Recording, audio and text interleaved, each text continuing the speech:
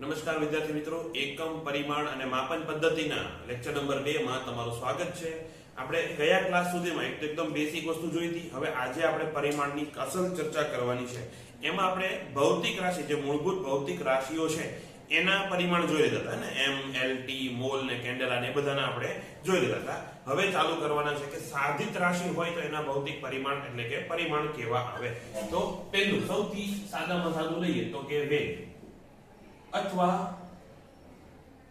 ઝડપ. વેગ અને ઝડપ આમ તો બંને અલગ વસ્તુ છે. અલગ એટલે શું કામ? કારણ કે એક સદિશ છે, એક અદિશ છે. પણ અત્યારે તે પરિમાણ જોવા છે તો અત્યારે આપણે લગભગ એને સરખી જ લઈને ચાલશું, બાકી નહીતર બંને અલગ રાશિમાં ગણાશે. તો એનું સૂત્ર તમને ખબર હોવી જોઈએ. કોઈ પણ રાશિનું પરિમાણ શોધવું હોય તો તમને એનું સૂત્ર ખબર હોવી જોઈએ. તો v બરાબર શું લખાય? તો કે અંતર એના છેદમાં સમય ને v બરાબર અંતરના છેદમાં સમય. જો કે ગઈકાલના લેક્ચરમાં થોડુંક ડિટેલમાં કીધું હતું, આજે એકદમ ડિટેલમાં કહેવાનું છે. અંતરના પરિમાણ શું? તો કે વેગના પરિમાણ બરાબર અંતરનું પરિમાણ. ચલો આવી રીતે લખું છું, અંતર એના છેદમાં સમયનું પરિમાણ. ઓકે, હવે જોવો છો પેલો કાલે ટેબલ લખાયું હતું એમાં જોવો તો અંતરનું પરિમાણ શું છે? તો કે l ની 1 ઘાત. અથવા જો એકદમ પ્રોપરલી લખવું તો આવું લખાય કે m ની 0 ઘાત, l ની 1 ઘાત અને t ની 0 ઘાત. એકદમ બરાબર લખવું તો આવું લખાય. આપણે આળસુ માણસો એટલે આવી રીતે લખશું. એના છેદમાં સમયનું પરિમાણ શું થશે? t ની 1 ઘાત. હવે કોઈ પણ વસ્તુને જો તમારે છેદમાંથી અંશમાં લઈ જવી હોય અથવા અંશમાંથી છેદમાં લઈ જવી હોય તો આપણે એની ઘાત વિરોધી કરવી પડે, હે ને? ધન હોય તો ઋણ કરવાની, ઋણ હોય તો ધન કરવાની. અહીંયા મારે t ને ઉપર લઈ જવો છે તો એની ઘાત વિરોધી કરું તો 1 ઘાત છે અને -1 ઘાત થઈ જશે. તો અહીંયા m ની 0 ઘાત હતી, l ની 1 ઘાત હતી અને t આવ્યો, t ની 0 ઘાત હતી અને એક્સ્ટ્રા t આવ્યો એ પણ ઋણ થઈને આવ્યો એટલે -1 ઘાત. તો આ થઈ ગયા વેગના પરિમાણ. દર વખતે વેગનું પરિમાણ આવે છે તારવવા બેસવાનું નહીં બેસવાનું. યાદ રાખવાનું વેગનું પરિમાણ શું આવે? m ની 0 ઘાત, l ની 1 ઘાત અને t ની -1 ઘાત. હવે એવી રીતે ધારો કે નંબર 2 પ્રવેગ. પ્રવેગના પરિમાણ શોધવા છે મારે. તો પ્રવેગ એનું સૂત્ર શું થાય? તો કે વેગનો ફેરફાર છેદમાં સમય ને, એટલે કહેવાય કે વેગના છેદમાં સમય. પ્રવેગ એટલે શું થશે? વેગના છેદમાં સમય. તો પ્રવેગ એનું પારિમાણિક સૂત્ર, પ્રવેગને આપણે a થી દર્શાવીએ ને, એક્સેલરેશન. તો એનું સૂત્ર શું થશે? તો કે વેગનું પારિમાણિક સૂત્ર. તો એટલે ચોરસ બ્રેકેટમાં લખો એટલે તમારે સમજી જવાનું કે હું પારિમાણિક સૂત્રની વાત કરી રહ્યો છું. તો એના છેદમાં સમયનું પારિમાણિક સૂત્ર. તો વેગનું પારિમાણિક સૂત્ર શું આવ્યું? યાદ છે કે ભૂલી ગયા? m ની 0 ઘાત, l ની 1 ઘાત, t ની -1 ઘાત એના છેદમાં t ની -1 ઘાત થશે. સોરી, t ની 1 ઘાત. અને t છે ખાલી સમયનું એટલે શું થશે? t ની 1 ઘાત. એના બરાબર તો કે m ની 0 ઘાત, l ની 1 ઘાત, t ની -1 ઘાત તો છે જ. આ છે ને -1 ઘાત. હજી એક t ની -1 ઘાત ઉપર આવશે. નીચે t ની 1 ઘાત છે એને ઉપર ચડાવું તો ઘાત વિરોધી થાય.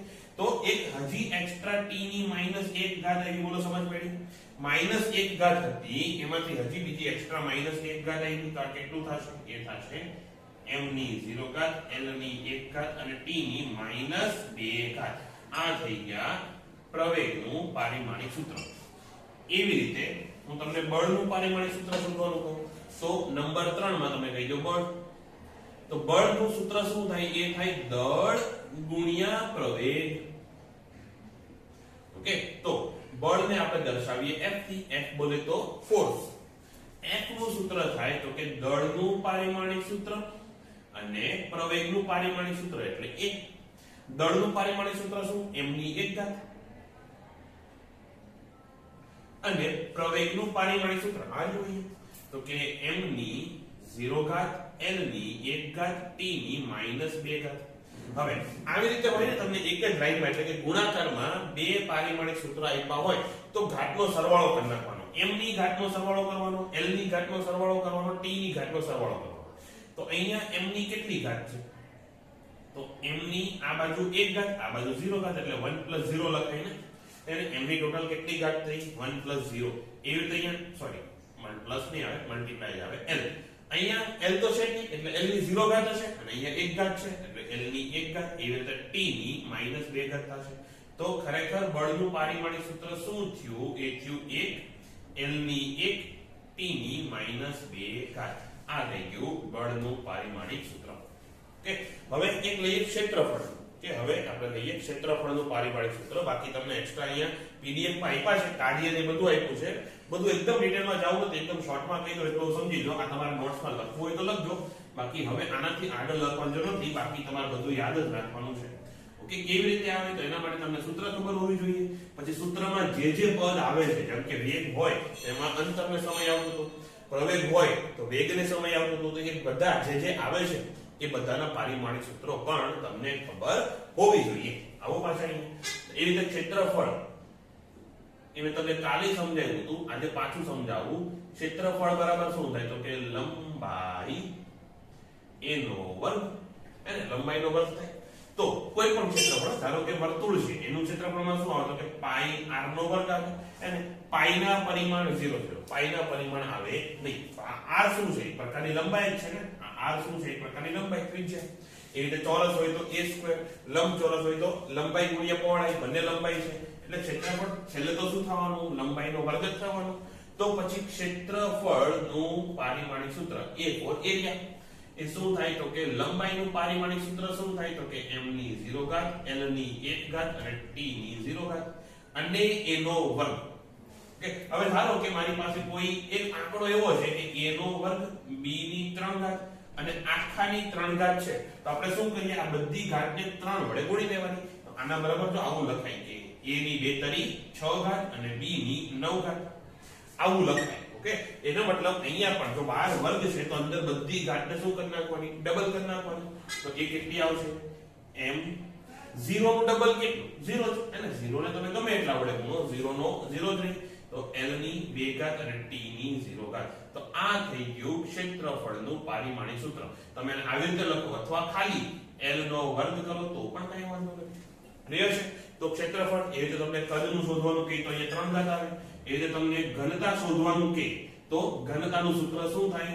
ઘનતાનું સૂત્ર થાય દળ એના છેદમાં કદ. તો દળનું પારિમાણિક સૂત્ર છેદમાં કદનું પારિમાણિક સૂત્ર. આ બધા પારિમાણિક સૂત્ર આવી રીતે તમને શોધતા આવડવું જોઈએ. આજના ડીપીપી માં તમને અલગ અલગ રાશિના પારિમાણિક સૂત્ર શોધવાનું કહેવામાં આવશે, લખવાનું નથી. ઘનતા કહી તો ઘનતાનું ગૂગલ માંથી તમને મળી જશે. ઇવન આજે જે તમને પીડીએફ મળશે એમાં ઢગલો ભરીને તમને બધી રાશિઓ આપેલી છે, બધી રાશિના પારિમાણિક સૂત્ર, એના એકમ બધું જ આપેલું છે. અને કયા સૂત્ર ઉપરથી પારિમાણિક સૂત્ર બને એનું પણ એક ટેબલ આપેલું છે. પણ એ વસ્તુ તમારે પેલા તારવવાની છે. અને બધી રાશિ તમને સમજાય એવું જરૂરી નથી. ધારો કે હું તમને એમ કહું કે શ્યાનતાનો અંક, આનું પારિમાણિક સૂત્ર લખો. હું શ્યાનતાનો અંકનું પારિમાણિક સૂત્ર, પહેલા તમે માથું ખંજવાળો. શ્યાનતાનો અંક એટલે શું? તો કે શાંતાબેનની વાત છે. શ્યાનતાનો અંક તમારે આવશે ચેપ્ટર નંબર 10 માં. ઓકે, તો ચેપ્ટર નંબર 10 આવે ને ત્યાં સુધી તમને આ સમજાય નહીં. તો બધી જ રાશિઓ તમને અત્યારે યાદ રાખવી જરૂરી નથી. બધી જ રાશિના સૂત્ર ને એવું બધું અત્યારે યાદ રાખવાની જરૂર નથી. જેમ જેમ ચેપ્ટર આગળ ચાલતા જશે 11માં અને 12માં પણ અમુક રાશિ આવશે, જેમ કે વિદ્યુત ક્ષેત્ર, ચુંબકીય ક્ષેત્ર, વિદ્યુત ડાયપોલ, ચુંબકીય ડાયપોલ મોમેન્ટ, આ બધું જે આવશે એ ક્યારે 12માં. તો જેમ ચેપ્ટરમાં નવી રાશિઓ આપણે વ્યાખ્યાયિત કરતા જઈએ એમ એના પારિમાણિક સૂત્ર પણ સાથે સાથે જોઈ લેવાના. પછી ઓકે, શ્યાનતાનો અંક તમને અત્યારે યાદ ન રહે કાંઈ વાંધો નહીં, પણ જ્યારે 10મું ચેપ્ટર પૂરું થાય એની પહેલા તમને શ્યાનતાનો અંક, એનું પારિમાણિક સૂત્ર, એના એકમ એ બધું યાદ રહી જવું. બીજો એક એમસીક્યુ એવા પ્રકારનો આવે કે નીચેનામાંથી કઈ રાશિના પરિમાણ બાકીની રાશિઓ કરતા અલગ છે? 4 ઓપ્શન આપ્યા હોય, એમાંથી 3 રાશિ એવી હોય કે જેમાં સમાન પરિમાણ હોય અને ચોથી રાશિ એવી હોય કે જેના પરિમાણ અલગ હોય. તો એ તમારે ઓપ્શન માર્ક કરવાનું. તેના માટે તમને ખબર હોવી જોઈએ કે કઈ રાશિઓ એવી છે કે જેના પરિમાણ સરખા આવે છે, કઈ રાશિઓ એવી છે જેના પરિમાણ સરખા આવે છે. તો ફરીથી જે તમને પીડીએફ માં આખું ટેબલ આપેલું છે એમાં જોઈને પણ તમે યાદ રાખી લો, અથવા અમુક ઉદાહરણ, 4 ઉદાહરણો આપું છું. પીડીએફ માં પણ 4 ઉદાહરણ મેં લખ્યા છે. એમાં પહેલું છે m ની 0 ઘાત, l ની 0 ઘાત અને t ની -1 ઘાત. m ની 0, l ની 0 અને t ની -1 ઘાત. આ કોના પરિમાણ થાય? તો આ થાય એક તો આવૃત્તિનું પરિમાણ, બીજું થાય કોણીય આવૃત્તિ ત્રીજું થાય કોણીય વેગ, ચોથું થાય હવે કોણીય આંખો ન લખતો મને આળસ ચડે છે, હું ખાલી કો લખું છું, તમે સમજી જાજો કોણીય છે, કોણીય પ્રવેગ, પછી પાંચમું થાય નહીં કોણીય પ્રવેગ નહીં આવે, સોરી કોણીય પ્રવેગ નહીં આવે, વિભાજન અંક આવશે, સોરી વિભાજન અંક. આ બધું શું છે એટલું બધું ડિટેલમાં પડવાનું જરૂર નથી વિભાજન અચળાંકમાં, પણ અત્યારે ખાલી યાદ રાખો. બીજો આ વેગ પ્રચલન, આ બધી વસ્તુ જે છે એ શું આવશે, એના પરિમાણ આવશે 0 0 -1, એના પરિમાણ એકદમ સેમ આવશે બધી જ રાશિ છે, બધી રાશિ અલગ કે કોઈ પણ બે રાશિના મતલબ અહીંયા સમાન થતા નથી, પરંતુ બધી રાશિના પરિમાણ કેવા આવશે, સમાન આવશે. એવા બીજા એક પરિમાણ છે m ની 0 ઘાત, l ની 1 ઘાત અને t ની -1 ઘાત. પેલા તો તમે મને જોઈ લેજો આ કોણ છે, હે આ વેગ છે, ઓકે. અચ્છા એક મિનિટ, મારી અહીંયા થોડીક મિસ્ટેક છે, m ની 1 ઘાત આવશે, ઓકે. એટલે કે દળ ગુણ્યા વેગ છે, દળ ગુણ્યા વેગ એવી કોઈ રાશિ ભણ્યા છો, ઓકે. ચોથા પાંચમા ચેપ્ટરમાં આવશે, પણ આગળના ધોરણમાં 9મા 10મા ધોરણમાં કદાચ ભણ્યા હોવ તો એ આવે વેગમાન. આ શેની રાશિ થશે, એ થશે વેગમાનની રાશિ. બીજું આવે સંઘાત અથવા ધક્કો. આ બધું શું છે ફરીથી કહું છું, તમને નવું લાગતું હશે, એમ થઈ જાય કાઈ નથી સમજાતું, સર લોકો ગોખાવા જ લાગે છે, મેથેમેટિકલ ટૂલ્સ માં કહેતા હતા ગોખી લો, અત્યારે કહે છે ગોખી લો, પણ ગોખી લો, જેમ વર્ષ પૂરું થશે બધું સમજાઈ જશે. થોડી ધીરજ રાખીને અત્યારે ગોખી લો. નો ગોખાય, તમારી ગોખવાની શક્તિ ઓછી હોય સારી વાત છે, ખાલી સમજીને યાદ રહેતું હોય તો અત્યારે છોડી દો. જેમ જેમ ચેપ્ટર આગળ ચાલતા જશે એમ એમ તમને સમજાતું જશે. એટલે અત્યારે કદાચ નો સમજાય, ગોખી નો શકતા હોય તો ટેન્શન લેને કા નહીં, દેને. અત્યારે ખાલી લખી દો, એને લખતા તો આવડશે, ગોખતા ન આવડે, લખતા તો આવડે ને, ઓકે. એની પછીની રાશિ છે m1 l0 t ની -2 ઘાત. આ કોની આ જે પરિમાણ છે રાશિ નહીં, એની પછીના પરિમાણ છે આ, એ કોના કોના પરિમાણ થાય? એક તો કહેવાય પૃષ્ઠતાણ. ફરીથી પૃષ્ઠતાણ એવો ટોપિક છે જે ફરીથી તમારા 10મા ચેપ્ટરમાં આવશે, અત્યારે નહીં, કે પછી આવે બળ પ્રચલન. જો જ્યાં જ્યાં તમને પ્રચલન દેખાય ને એમાં છેલ્લે l એક બાદ કરી નાખો. ફરીથી કહું છું, કોઈ પણ રાશિ લઈ લો, એમાં પ્રચલન કે બળ પ્રચલન આવે, વેગ પ્રચલન આવે, પ્રવેગ પ્રચલન આવે, તો l નું જે પરિમાણ હોય એમાંથી એક બાદ કરી નાખો. મેં ખાલી એઝ અ હિન્ટ આપું છું, તમે લખો હોય તો લખી નાખજો. પ્રચલનમાં શું કરવાનું, l નું એક પરિમાણ ઓછું કરી નાખવાનું. બળ પ્રચલન, બળના SI એકમ, સોરી બળના પરિમાણ શું હતા, m1 l1 t ની -2 ઘાત. તો મારે બળ પ્રચલન શોધવું હતું, તો l નો એક ઘાત ઓછી કરી નહીં, તો એક ઘાત ઓછી કરો તો વધ્યું 0, તો થઈ ગયું 0, ઓકે. એ થઈ ગયું બળ પ્રચલન. પછી એવું જ એક આવે સ્પ્રિંગ અચળાંક. બીજું શું આવે, સ્પ્રિંગ અચળાંક. તો આ બધા કેવા પરિમાણ છે, સોરી આ બધી કેવી રાશિ છે કે જેના પરિમાણ 1 0 -2 હોય. એવું એક છેલ્લું લઈ લઈએ, એ છે m ની 1 ઘાત, l ની 2 ઘાત અને t ની -2 ઘાત. આવા પરિમાણ વાળી રાશિઓ કઈ, તો પહેલા તો કાર્ય, બીજું આવે ટોર્ક. ટોર્ક તમારે પાછું 7મા ચેપ્ટરમાં આવશે, ત્યાં સુધી ટેન્શન લેને કા નહીં. પછી આવે ઊર્જા.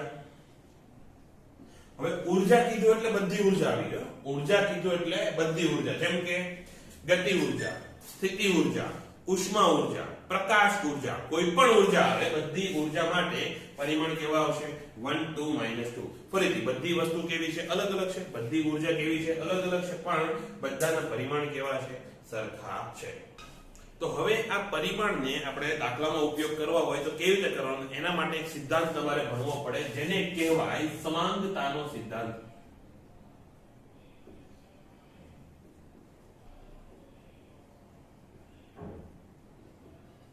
સમાંગતાનો સિદ્ધાંત.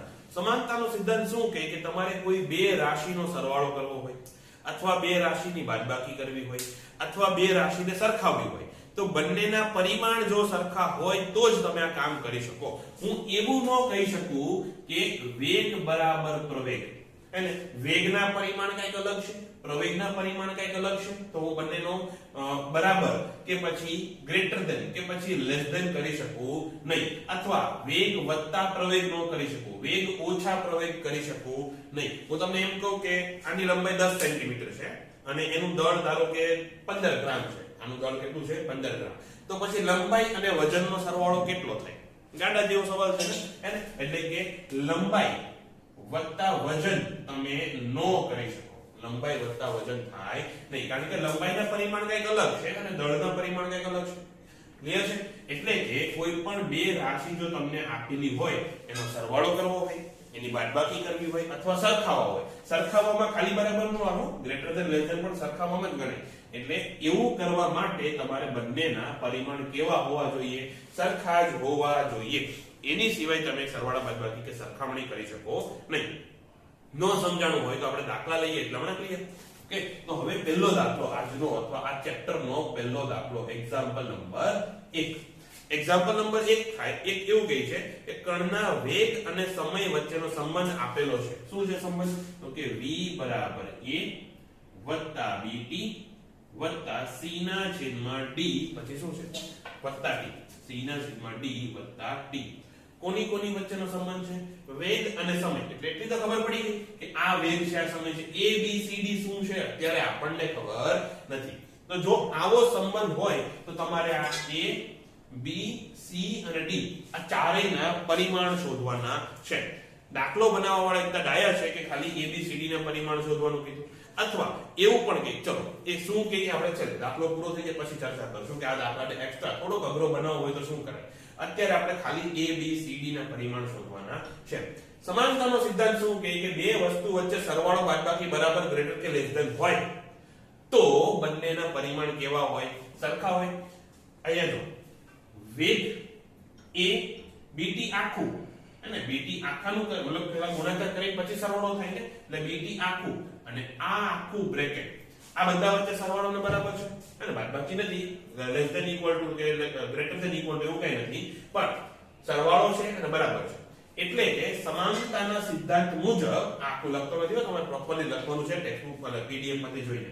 સમાનતાના સિદ્ધાંત મુજબ વેગના પરિમાણ એના બરાબર થાય a ના પરિમાણ એના બરાબર થાય bt આખાના પરિમાણ. અહીંયા ખાલી b નું કે ખાલી t નું પરિમાણ નહીં, આખું bt એડ કર્યું છે ને, એટલે કે bt આખાના પરિમાણ અને એ જ થાય c ના છેદમાં d વત્તા t આખાના પરિમાણ. બોલો ક્લિયર છે?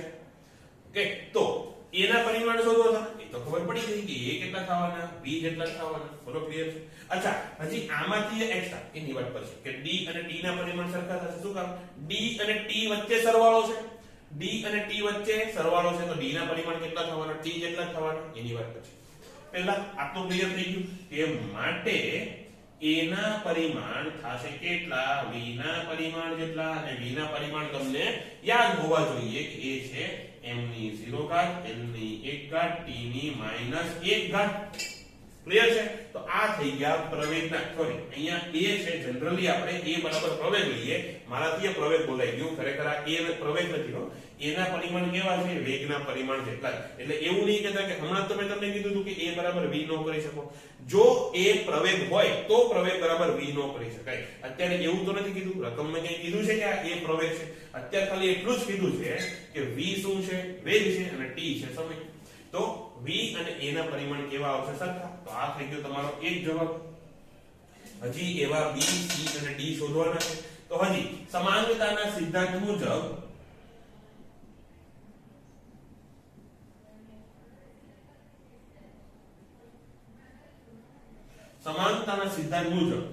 d નું પરિમાણ અને t ના પરિમાણ સરખા થવાના. શું કામ? કારણ કે અહીંયા સરવાળો કરી દીધો. જો પરિમાણ સરખા ન હોય તો આ સૂત્ર જ ખોટું બની જાય. એને તો કીધું છે કે સૂત્ર આ રીતે આપવામાં આવે છે એટલે સૂત્ર સાચું છે. સૂત્ર સાચું છે તો d વત્તા t પણ સાચું છે, એટલે કે d અને t ના પરિમાણ પણ સરખા છે. તો એ કેટલા થવાના? એ થવાના m ની 0 n ની 0 અને t ની 1 ઘાત. તો તમને d ના પરિમાણ મળી ગયા. ઓકે, a અને d ની વિકેટ પડી ગઈ. હવે વધ્યા b અને c. ઓકે, તો હવે આ સૂત્રનો પાછો ઉપયોગ કરો. એ આ સૂત્રનો કે bt બરાબર v લખાય હે ને, તો આને તમે સમીકરણ નંબર 1 કહી દો તો 1 પરથી તમે કહી શકો કે BT બરાબર B, એટલે કે BT નો ગુણાકાર કર્યા પછી જે પરિમાણ મળે એ આપણે T જેટલા મળવાના છે.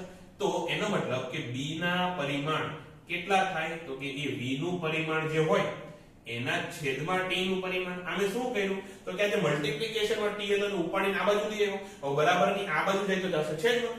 તો વેગના પરિમાણ બોલો m ની 0, l ની 1, t ની -1 એના છેદમાં t ની 1 ઘાત થશે.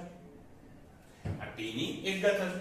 હવે t ની 1 ઘાત છે એટલે ઉપર અંશમાં લઈ જાઓ તો એની 1 ઘાત ની -1 ઘાત થઈ જશે, વિરોધી થઈ. તો પછી ઉપાડો આ તો m ની 0, l ની 1, t ની ઓલરેડી -1 ઘાત હતી, પાછો આ t ઉપર આવ્યો તો -1 ઘાત લઈને આવ્યો તો -1 માંથી -1 જાય તો -2. તો m0 l1 t ની -2 ઘાત. આ શું થઈ ગયું? આ થઈ ગયા ભાઈ b ના પરિમાણ. બોલો ક્લિયર છે? ઓકે, હવે આ ભાગ હું હટાઈ દઉં છું અને ત્યાં આપણે c ના પરિમાણ ગોતીએ. તો ભાઈ c ના પરિમાણ માટે આપણે આને અને ઓલાને સરખાવવા પડેગા. તો c ના છેદમાં d વત્તા t એના પરિમાણ બરાબર વેગના પરિમાણ. ક્લિયર છે? c ના છેદમાં d વત્તા t બરાબર વેગ થશે. તો પછી c ના પરિમાણ કેટલા થાય? એ થાય v ના પરિમાણ અને ગુણ્યા d વત્તા t ના પરિમાણ. હવે d ના અને t ના પરિમાણ સરખા છે તો સરખા પરિમાણનો સરવાળો એક પરિમાણ પોતે થાય. ફરીથી કહું છું, ધારો કે એમ કહું કે એક થેલીમાં 5 કિલો બટેકા છે, એમાં બીજા 5 કિલો ટમેટા નાખ્યા, તો એનું કુલ દળ કેટલું થશે? તમે શું કહેશો? 10 કિલોગ્રામનો વર્ગ એવું કહેશો? નહીં. એ કેટલું થયું? 10 કિલો થયું. ફરીથી કહું છું, 5 કિલો વત્તા 5 કિલો 10 કિલો જ થાય. એટલે કિલો વત્તા કિલો કિલો જ કરવાનું, કિલોનો વર્ગ નહીં કરવાનો. ક્લિયર છે? એવી રીતે પરિમાણ વત્તા પરિમાણ એ પરિમાણ પોતે થશે. તો આ d નો પરિમાણ પણ સમયનો પરિમાણ ક્યાં ગયું? અહીંયા નહીં, ઉડી ગયું. અહીંયા હતું, ઉડાડી દીધું. d નો પરિમાણ કેવું હતું? સમયના પરિમાણ કેટલું હતું? તો સમય વત્તા સમય શું થાય? સમય જ થવાનો છે. 10 મિનિટ વત્તા 15 મિનિટ બરાબર 25 મિનિટ જ થાય. એટલે કે મિનિટ વત્તા મિનિટ તમે મિનિટ જ કરીને તો d વત્તા t ના પરિમાણ કયો તો એ કેટલા થાય? ખાલી જે t નું પરિમાણ આવે એ જ. વેગનું પરિમાણ કેટલું છે? m0 l ની 1 t ની -1 ઘાત અને d વત્તા t ના પરિમાણમાં ખાલી t ની 1 ઘાત આવશે, જે t નું પરિમાણ હોય એ. હવે એ જો t ની -1 ઘાત છે, અચ્છા ગુણાકારમાં છે તો t માં જેટલી ઘાત હોય બધાનો સરવાળો કરી નાખો, એ થશે m ની 0 ઘાત, m ની 1 ઘાત, t ની અહીંયા -1 ઘાત અને અહીંયા +1 ઘાત. બોલો -1 + 1 કેટલા? 0. તો પછી આ કેટલું આવશે? m ની 0, l ની 1, t ની 0 ઘાત. આ થઈ ગયા c ના પરિમાણ. અને હું જે કહેતો હતો કે આ દાખલાને હજી થોડો એક્સ્ટ્રા અઘરો બનાવવો હોય તો શું કરી શકાય? તો એ લોકો એવું કહે કે ab ના પરિમાણ શોધો અથવા cd ના પરિમાણ શોધો અથવા AD ના અથવા BC ના અથવા AB ના છેદમાં CD ના કંઈ પણ ગુણાકાર કરી શકે. તો પછી તમારે એના પરિમાણનો પણ સરવાળા બાદબાકી ગુણાકાર કરવાનો. હવે એ લોકો અઘરું કરવાનું કરે એની કરતા હું જ અઘરું કરી નાખું એટલે તમને DPP માં આનો એક લેવલ ઉપરનો એટલે કે કંઈક સરવાળા બાદબાકી વાળો સવાલ મળશે કે DPP તમારે પ્રોપરલી સોલ્વ કરવાનું છે. ક્લિયર છે? તો જો હવે આ દાખલો સમજાઈ ગયો હોય તો પછી હવે આ દાખલો પાછો મતલબ કે આ કોન્સેપ્ટ એકદમ મગજમાં ફિટ બેહી જાય એટલે એવો ને એવો બીજો એક દાખલો લેવાનો છે અને રકમ લખો કે સૂત્ર આવું આપેલું છે p - a ના છેદમાં v² ગુણ્યા v - b બરાબર nRT. આવું સૂત્ર છે. p - a ના છેદમાં v² ગુણ્યા v - b બરાબર nRT. જ્યાં p શું છે? એ ભાઈ દબાણ અને v શું છે? એ છે કદ અને અહીંયા પણ v છે, અહીંયા પણ v છે. બંને શું છે? કદ. તો તમારે a અને b ના પરિમાણ શોધવાના છે. તમારે a અને b ના પરિમાણ શોધવાના છે. એટલે આ સૂત્રમાં આના પરિમાણ શોધવા છે એટલે ખરેખર nRT નું કાંઈ કામ નથી. સમાનતાનો સિદ્ધાંત શું કહે કે આ બેયના પરિમાણ સરખા હોવા જોઈએ. p અને a ના છેદમાં v² બંનેની શું કરી છે? બાદબાકી કરી છે. તો બંનેના પરિમાણ કેવા હોવા જોઈએ? ફરજિયાત સરખા જ હોવા જોઈએ. એ રીતે v અને b ની બાદબાકી કરી છે એટલે એ બંનેના પરિમાણ પણ કેવા હોવા જોઈએ? સરખા જ હોવા જોઈએ. બોલો ક્લિયર છે? તો હવે આનો ઉપયોગ લગાવીએ એટલે કે સમાનતાના સિદ્ધાંતનો ઉપયોગ કરતા હું કહી શકું કે p બરાબર થશે a ના છેદમાં v સ્ક્વેર. એટલે આવી રીતે લખો અથવા આખા બ્રેકેટમાં લખો, મને કઈ વાંધો નથી કે a ના પરિમાણ છેદમાં v સ્ક્વેર ના પરિમાણ. એટલે a ના પરિમાણ શોધવા છે ને, તો a નું પરિમાણ બરાબર થાય p ના પરિમાણ ગુણ્યા v ના પરિમાણ અને એનો વર્ગ. વર્ગ બહાર કાઢી નાખવાનો સ્ક્વેર ની બ્રેકેટ. તો v નું પરિમાણ અને એના વર્ગ કરવાનો. આ વર્ગ પછી p ને નહીં ચીકી દેવાનો. વર્ગ કોનો છે? v નો પર્સનલ વર્ગ છે. ઓકે, બધા સાથે શેર કરવાનો નહીં. હવે દબાણના પરિમાણ ખબર છે? અત્યારે મેં તો તમને નથી શીખવાડ્યા, બોર્ડમાં તૃપ્તિ મેડમે શીખવાડ્યા તો મને ખબર નથી. બાકી દબાણના પરિમાણ એકવાર સાઈડમાં તમને હું શોધીને બતાવું છું. અત્યારે એને તમારે નોટબુકમાં લખવાના નથી. દાખલો ગણતી વખતે દબાણના પરિમાણ અલગથી શોધવાની જરૂર નથી, તમને ખબર હોવા જોઈએ. અત્યારે કારણ કે જે આપણે ચાલુ જ કર્યું છે તો હું તમને સાઈડમાં ગણીને બતાવું છું. તો દબાણ બરાબર શું થાય? તો કે બળ એના છેદમાં ક્ષેત્રફળ. દબાણ બરાબર થાય બળના છેદમાં ક્ષેત્રફળ. બળના પારિમાણિક સૂત્ર એ તો મેં કહ્યા હતા, એટલે એ તમને યાદ હોવું જોઈએ કે m ની 1 ઘાત, l ની 1 ઘાત અને t ની -2 ઘાત. આ થાય બળના પરિમાણ. એના છેદમાં a બોલે તો ક્ષેત્રફળ. ક્ષેત્રફળનું પરિમાણ પણ મેં તમને ગણીને બતાવ્યું હતું. એ કેટલું થતું હતું? l નો વર્ગ. હવે આને ઉપર લેવો હોય તો ઘાત કેવી થઈ જાય? -2. તો પછી m ની 1 ઘાત, l ની 1 ઘાત હતી. આ બીજો l આવ્યો કે ઘાત કેવી લાવ્યો? તો કે -2 ઇન્ટુ t ની -2 ઘાત. હવે 1 માંથી 2 જાય તો -1 વધે. તો m ની 1, l ની -1 અને t ની -2 ઘાત. આ થઈ ગયા દબાણના પરિમાણ. કોના પરિમાણ? દબાણના. એ આ p. બોલો ક્લિયર છે? તો p ના દબાણના p ના પરિમાણ તો મળી છે. એ કેટલા આવ્યા? એ આવ્યા m ની 1 ઘાત, l ની -1 ઘાત, t ની -2 ઘાત. હવે આ ભૂલાવવા જોઈએ નહીં, કે ભૂલાવવા જોઈએ નહીં. શું કામ? હવે આ દર વખતે કઈ ગણવો તો નહીં બેસે, અને અમુક પરિમાણ તમારે યાદ જ રાખી લેવાના. વેગનો, પ્રવેગનું, દળનું તો ખબર જ હશે, ક્ષેત્રફળનું, ઘનતાનું, કદનું, દબાણનું, કાર્યનું, ઊર્જાનું. આ બધા પરિમાણ એવા છે કે વારે વારે યુઝ કરવાના થશે, યાદ જ રાખી લેવાના. ક્લિયર છે? આવો પાછા અહીં. તો આ થઈ દબાણનું પરિમાણ. કદના પરિમાણ કેટલા? તો કે l નો ઘન, અને એ પણ કેવો? વર્ગ કરીને. એટલે l નો ઘન એનો વર્ગ. મેં શું કીધું તું? ઘન હોય મતલબ કે કોઈ પણ ઘાત હોય, એના કૌંસની બહાર એની બીજી ઘાત હોય તો બંને ઘાતનો શું થાય? ગુણાકાર થાય. આવું મેં તો કીધું તું, તમને 8મા 9માના ટીચર્સે કીધું હશે. તો અહીંયા શું થાય? m ની 1 ઘાત, l ની -1 ઘાત અને ચલો એ પછી કહીએ t ની -2 ઘાત. અને આ અહીંયા l ની કેટલી ઘાત થઈ? તો કે l ની 6 ઘાત થશે. 3 દુને 6 થાય ને, અમારા ગામમાં તો 6 થાય. તો મારા ગામમાં કેટલા થતો હોય ખબર નહીં હો. 3 દુને 6. 3 નો વર્ગ 9 મૂકતા નહીં. કે અહીંયા ઘાતનો વર્ગ નથી કરવાનો, ઘાતનો ગુણાકાર કરવાનો છે. હવે જો અહીંયા m કેટલા છે આખી લાઈનમાં? 1 જ છે. અને l કેટલા છે? 2 છે. તો બંને ઘાતનો સરવાળો કરવાનો. તો અહીંયા -1 ઘાત વત્તા 6 ઘાત. જો અહીંયા સરવાળો કરીને બીજું પદ હોય તો એની વાત નથી કરતો. ગુણાકાર હોય ત્યારે l જેટલા હોય એને ઘાતનો સરવાળો કરવાનો. પછી t કેટલા છે? એ પણ -2 એક જ વાર આવે છે. આ કેટલું થશે? m ની 1 ઘાત, l ની 5 ઘાત, -1 વત્તા 6 કેટલું થાય? 5 ઘાત અને t ની -2 ઘાત. તો a ના પરિમાણ આપને મળી ગયા. કેટલા? 1 5 -2. એની પછી હવે b ના પરિમાણ શોધવાના છે. તો વેરી ઈઝી. શું કામ? કારણ કે સમાનતાના સિદ્ધાંત મુજબ b ના પરિમાણ બરાબર v ના પરિમાણ થાય. તો b ના પરિમાણ બરાબર v ના પરિમાણ કેટલા? l નો ઘન. અથવા હજી સારી રીતે એકદમ ડાયા છોકરાની જેમ લખવું હોય તો લખાય m ની 0 ઘાત, l ની 3 ઘાત, t ની 0 ઘાત. આ થઈ ગયા a અને b ના પરિમાણ. આવી રીતે શોધવાના. હવે ફરીથી દાખલાને અઘરો કરવો હોય તો કે હું કરવાનો જ છું DPP માં. તો હું એમ પૂછું કે a² b ના પરિમાણ કેટલા? હું શું પૂછીશ? a² b ના પરિમાણ કેટલા? એટલે કે આ પરિમાણનો વર્ગ કરવાનો. એટલે કે બ્રેકેટની બહાર વર્ગ આવે એટલે બધા પરિમાણ ડબલ થઈ જાય. પછી b ના પરિમાણ સાથેનો ગુણાકાર કરી નાખવાનો. ટ્રાય કરજો. બાકી વિથ સોલ્યુશન તમને આજે પહેલી વખત વિથ સોલ્યુશન ડીપીપી મોકલીશ, પણ ટેવ નથી પાડવાની. દર વખતે વિથ સોલ્યુશન ડીપીપી આવશે નહીં, નહીતર પછી છોકરાઓ સીધા શું કરે છે, કોપી કરવા માંડે છે. આપણે કોપી કરવાનું કલ્ચર કાઢવાનું છે. ઓકે, આપણે જાતે ગણવાની ટેવ પાડવાની છે. અને હવે તમને જો બીક લાગતી હોય કે સર પહેલાની જેમ પાછું ભાષણ ચાલુ કરી દેશે, તો ના, હું ભાષણ નથી આપવાનું, મારે તો ખાલી બોર્ડ સાફ કરવું હતું, એટલી વખત કંઈક તો બોલવું ને, એટલે બોલતો રહેતો.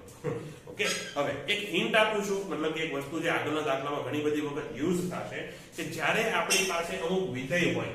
કેવા વિધેય? તો કે ત્રિકોણમિતીય વિધેય.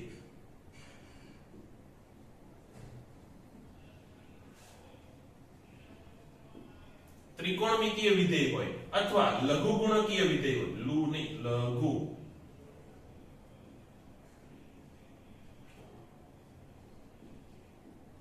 લઘુગુણકીય વિધેય હોય અથવા ચર ઘાતાંકીય વિધેય હોય. ચર ઘાતાંકીય વિધેય હોય. હવે આ કોણ?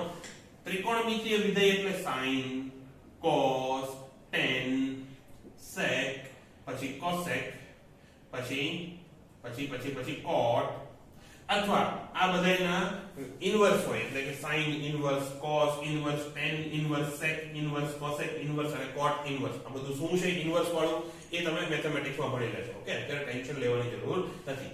આ ટાઈપના વિધેય હોય. અથવા લઘુગુણકમાં કોણ આવે? તો ઈઝી છે, ખાલી કે log કંઈ પણ હોય. અથવા ચર ઘાતાંકીય એટલે કે a ની કંઈક ઘાત હોય, a ની x ઘાત લખો અથવા e ની x ઘાત લખો, તો ઘાતમાં કઈ ફંક્શન હોય. એ સમયે બધા માટેના પરિમાણ કેવા હોય? તો કે m ની 0, l ની 0 અને t ની પણ 0.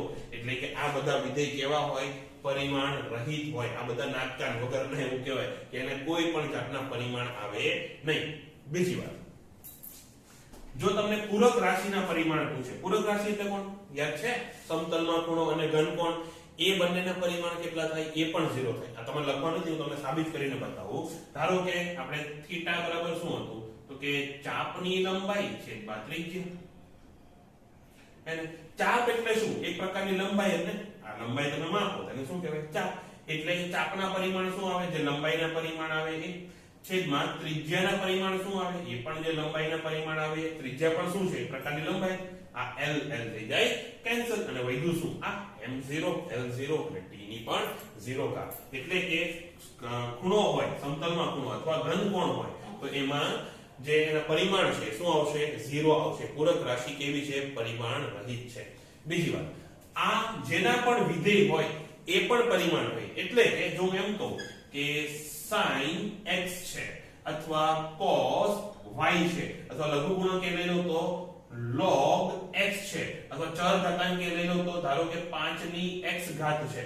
ચલો અહીંયા પણ હું x જ કરી નાખું. તો આ બધા જ કિસ્સામાં x પણ ફરજિયાત કેવો હોવો જોઈએ? એ પણ આ દળ રહિત નહીં, પરિમાણ રહિત જ હોવો જોઈએ. જો તમારે કોઈ પણ વસ્તુનું sin શોધવું હોય, cos શોધવો હોય, tan, sec, cosec, cot કંઈ પણ, અથવા log શોધવો હોય અથવા કોઈની ઘાતમાં હોય, એટલે કે 5 ગુણ્યા મતલબ 5 ની ઘાતમાં કંઈક હોય, તો ઘાતમાં જે વસ્તુ છે 5 અહીંયા કોણ ઘાતમાં જે x છે ને, તો એ x ના પરિમાણ કેવા હોવા જોઈએ? ફરજિયાત 0 હોવા જોઈએ. નથી સમજાતું ને? નહીં સમજાય. પણ એક દાખલો લઈ લઈએ, મસ્ત રીતે સમજાઈ જશે. ઓકે, તો દાખલા નંબર આપો જે કંઈ પણ હોય ત્યાં સુધીમાં હું પૂછી નાખું. તો દાખલો આવો કંઈક છે કે y બરાબર a sin omega t, y બરાબર a sin omega t વત્તા phi. આ સમીકરણમાં અથવા આ સૂત્રમાં y તમને ખબર છે એ છે સ્થાનાંતર અને t તમને ખબર છે એ છે સમય. ફરીથી આપેલા સૂત્રમાં y છે સ્થાનાંતર અને t છે સમય. તો પછી તમારે a, ઓમેગા અને phi આ ત્રણેયના પારિમાણિક સૂત્ર શોધવાના છે. શું કરવાનું છે? a ના પરિમાણ શોધવાના, ઓમેગા ના પરિમાણ શોધવાના અને phi ના પરિમાણ શોધવાના. તો પહેલા સમાનતાનો સિદ્ધાંત નહીં, પહેલા એનો ડાયરેક્ટ લગાવો કે y ના પરિમાણ બરાબર શું થાય? તો કે a ના પરિમાણ ગુણ્યા sin ઓમેગા t વત્તા phi આના પરિમાણ. આવું થાય. હવે હિન્ટમાં મેં તમને શું કીધું? sin, cos, tan, cosec, sec, cot એવું કંઈ પણ હોય એટલે કુલ ખુદના પરિમાણ કેટલા થાય? 0. એટલે કે આ જે વસ્તુ છે એના પરિમાણ કેટલા થઈ જવાના તો કે m0 l0 t0 એટલે પરિમાણ રહિત હોય એને તમે પારિમાણિક વિશ્લેષણ વખતે લખો નહીં તો ચાલે એટલે તમે આવું કહી શકો કે y બરાબર ખાલી a ના પરિમાણ આના આખાના પરિમાણ કેટલા 0 0 0 તો a ના પરિમાણ તો તમને મળી ગયા કે a ના પરિમાણ કેટલા થાય y શું છે સ્થાનાંતર તમે કેવી રીતે આપો ધારો કે અત્યારે હું અહીંયા ઊભો છું અને થોડીક વાર પછી અહીંયાથી અહીંયા આવ્યો જે 1 મીટર છે ઓકે તો મેં કેટલું સ્થાનાંતર કર્યું 1 મીટર મીટર એટલે શું લંબાઈનું માપન થયું કે નહીં એટલે કે સ્થાનાંતર તમે શેમાં માપશો એ લંબાઈનો માપશો તો a ના પરિમાણ કેટલા આવે l ની 1 ઘાત એના પરિમાણ કેટલા આવે l ની 1 ઘાત અને ડાયા છોકરાને જેમ લખો તો m ની 0 l ની 1 t ની 0 ઘાત a ના પરિમાણ મળી ગયા ઓકે કેસ ક્લોઝ હવે ઓમેગા t + phi ના પરિમાણની ચર્ચા કરી તો શું કીધું તું કે sin કે cos તમે જેનું લેતા હોય છે ને આવું હોય ને કે sin જો x હોય મતલબ કે આપણે x નું sin લીધું તો પછી x પણ કેવો પરિમાણ રહિત એટલે કે અહીંયા sin કોનું છે તો કે આખાનું ઓમેગા t + phi આખાના પરિમાણ કેટલા છે 0 કારણ કે આપણે એનું sin લીધું છે એટલે કે અહીંયા લખી નાખો કે જો sin x માં x ના પરિમાણ કેટલા m0 l0 t0 માટે અહીંયા x કોણ છે ઓમેગા t + phi એના પરિમાણ બરાબર પણ કેટલા m0 l0 t ની પણ 0 ક્લિયર છે તો પછી અહીંયા જો પાછો સમાનતાનો સિદ્ધાંત લાગે ઓમેગા t ના જેટલા પરિમાણ હશે એટલા જ પરિમાણ phi ના હશે સરવાળો કોની વચ્ચે છે એક તો ઓમેગા t અને phi ઓમેગા t ના જેટલા પરિમાણ એટલા જ phi ના પરિમાણ લાગે તો તમે અહીંયા આવું કહી શકો કે પરિમાણ ઓફ ઓમેગા t બરાબર phi બરાબર m0 l0 અને t ની પણ 0 ઓકે તો આ તો phi ના પરિમાણ તો તમને મળી ગયા બીજો કેસ ક્લોઝ થઈ ગયો કે phi ના પરિમાણ કેટલા 0 0 0 એટલે કે phi પોતે કેવો પરિમાણ રહિત ઓમેગા t ની વાત કરો તો માટે તમે કહી શકો કે ઓમેગા બરાબર શું થશે તો અહીંયા આ શું હતું m0 l0 t0 અહીંયા ઓમેગા t હતો ને મેં ભૂલમાં ઓમેગા લખી નાખ્યો ના આના છેદમાં મારે t લખવો છે એટલે કે છેદમાં t ના પરિમાણ જે કેટલા આવે t ની 1 ઘાત ચલો આખું લખી નાખું છું કે t તો હવે આ t ને ઉપર લઈ જાવ તો ઘાત માઈનસ તો અહીંયા m ને l તો 0 0 જતા તો એના પરિમાણ કેટલા થશે t ની -1 ઘાત બોલો ક્લિયર છે તો ઓમેગા ના પરિમાણ કેટલા થયા એ થયા t ની -1 ઘાત અથવા m0 l0 અને t ની -1 ઘાત તો ત્રણેયના પરિમાણ આપણે શોધ્યા a નું પરિમાણ l ની 1 ઘાત phi નું પરિમાણ 0 અને t નું પરિમાણ -1 ઓમેગા નું પરિમાણ t ની -1 ઘાત ઓકે તો બસ આજનો ક્લાસ આપણે અહીંયા પૂરો કરીએ છીએ આશા રાખું કે તમને કંઈક મજા આવી હશે ઓકે હજી આવો એક દાખલો આવતા ક્લાસમાં લઈશું આજે આ દાખલો લેવા જશું તો લાંબો પડી જશે એટલે વિડિયો લાંબો થઈ જાય એની કરતા જો તમે જોવો જ નહીં એની કરતા આટલું તો જોઈ લેજો ઓકે તો આજનો ક્લાસ આપણે અહીંયા પૂરો કરીએ છીએ ઓકે બાય.